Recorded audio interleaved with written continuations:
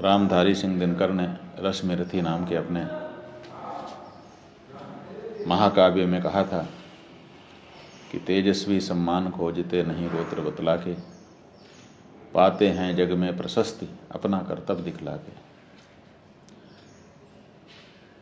किसी वृंत में खिले विपिन में, किसी वृंत पर खिले विपिन में, पर नमस्य है फूल, सुधि खोजते नहीं गुणों का आदि शक्ति का मूल। ये पंक्तियां पूरी तरह से चरितार्थ होती हैं हमारे आदरणीय जैन मुनि विद्यासागर जी के बारे में। अभी आपने सुना, हम सब ने भी सुना कि अंतिम समय उन्होंने संथारा करके अपने शरीर का परित्याग किया।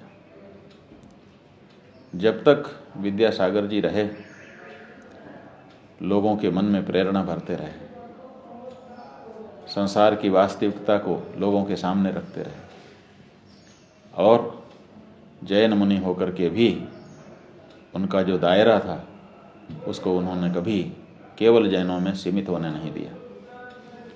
सदा किसी भी समाज का व्यक्ति जैन मुनि विद्यासागर जी के बारे में कुछ भी ऐसा नहीं सोच पाता था कि ये पराये हैं। क्यों? क्योंकि वो सबको अपने लगते थे और सबसे उनका संपर्क संबंध रहता था। उन्होंने छत्तीसगढ़ की पवित्र धरती को अपनी समाधि के लिए चुना, डोंगरगढ़ पहुंच गए और जा कर के वहीं पर उन्होंने व्रत लिया और व्रत लेकर के अपने शरीर को पूरा किया। हमारे परम पूज्य ब्रह्मलीन गुरु जी महाराज के प्रति भी उनकी बड़ी सुंदर भावना रहती थी।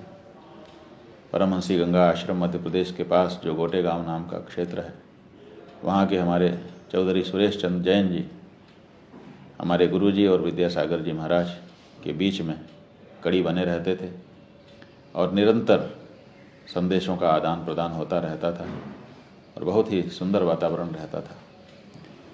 ऐसे उदारमना मनस्वी का, तपस्वी का हम लोगों के बीच में से चले जाना निश्चित रूप से एक बड़ी क्षति है धर्म के क्षेत्र की। लेकिन उनके जो प्रेरक प्रसंग हैं जीवन के, वे अभी नहीं गए हैं और वे कभी नहीं जाएंगे। लोगों को धर्म के प्रति अग्रगामी होने की प्रेरणा देते रहेंगे। इस विश्वास के साथ आचार्य विद्यासागर जी के प्रति अपने हृदय की श्रद्धा हम अभिव्यक्त कर रहे हैं और उनका पुण्य स्मरण कर रहे हैं। नारायण।